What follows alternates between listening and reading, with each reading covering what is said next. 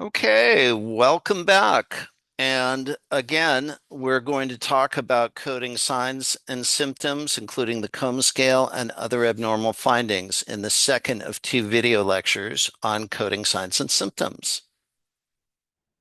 Again, as we talked about, be on the lookout and pay special attention to the exclude one note, which means that something is mutually exclusive. And in this particular chapter, we'll be directing you to locate a diagnosis code that appears in other chapters of ICD-10-CM. There's specific guidelines in this chapter on when to use symptom codes, when symptoms are included in the diagnosis code, combination codes, repeated falls, coma and coma scale,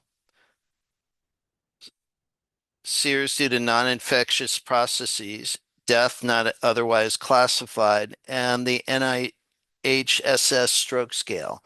And it's worth your time to pay special attention to these. These are in the general guidelines and also included in your textbook in addition to the code books.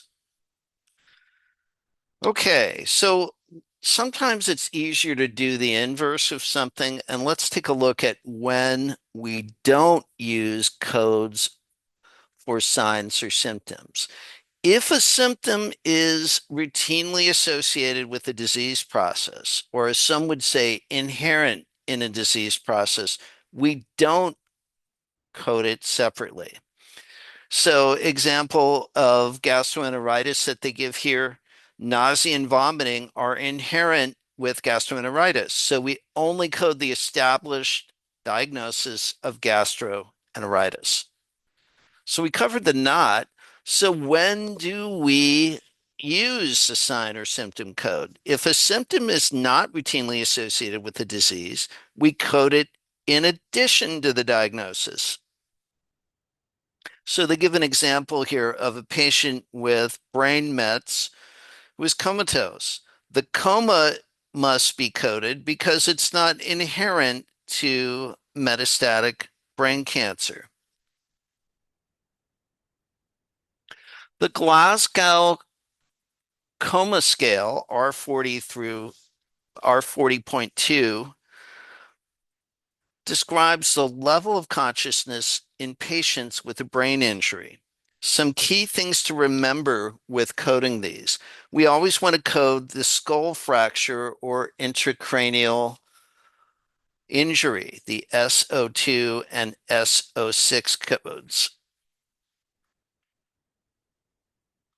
And these codes, we want to we'll cover the eye response, the verbal response, and the motor response. We only use code R40.24 when a total coma scale is noted. Otherwise, we don't use that. So how do we sequence these? And again, the scoring table describes the seventh character, and the seventh character shows when the score was recorded. And this is very important for anybody who gets into trauma record abstracting. 0 is unspecified, 1 is in the field, 2 is at the emergency department arrival, 3 is at hospital admission, and 4 is after 24 hours. An important thing to bear in mind, all three GCS codes must use the same seventh character. And additional coma scale rules, right? These codes may be documented by not just a physician, but an EMS personnel or a non-physician emergency medical personnel.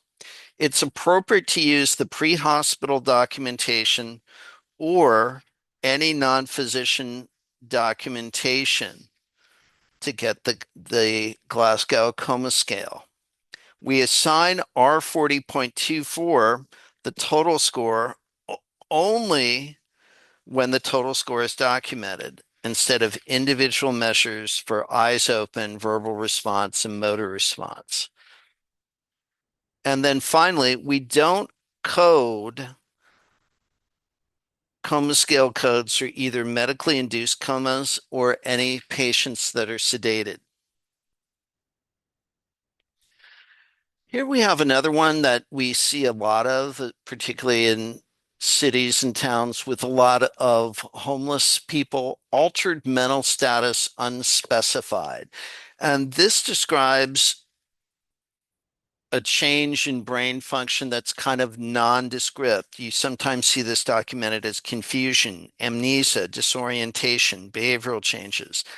And this has many, many causes. And if the specific cause is identified, we code that specific cause, right? If it's due to trauma, we'd code the trauma, or if it's due to an infection or an overdose, that's what we would code.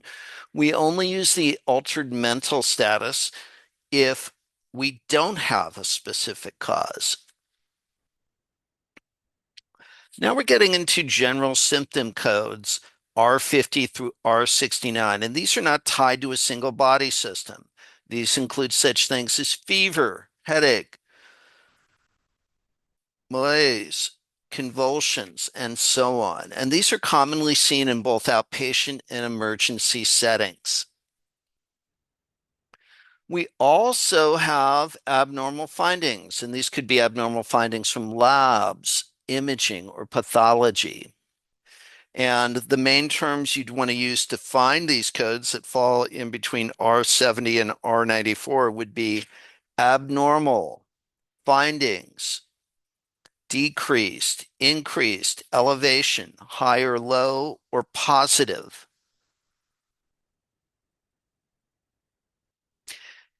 Important note here, abnormal findings are not coded unless the provider indicates clinical significance. They may be coded when they're the reason for additional testing or radiologist report adds some specificity. Inconclusive does not necessarily mean that it's abnormal. It means that they couldn't conclude what it was. That's different than abnormal.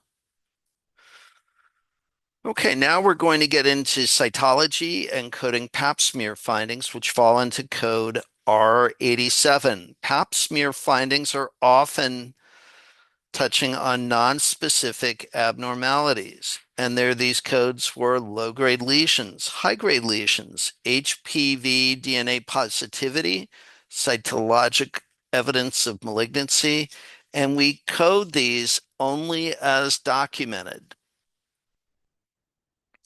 Earlier, we touched on these tumor markers, and again, these are typically found in different tests, blood tests, what have you. They could include such things as elevated CEAs, elevated CA125s, elevated PSAs, and these are used for diagnosis, monitoring, and follow-up on malignancies.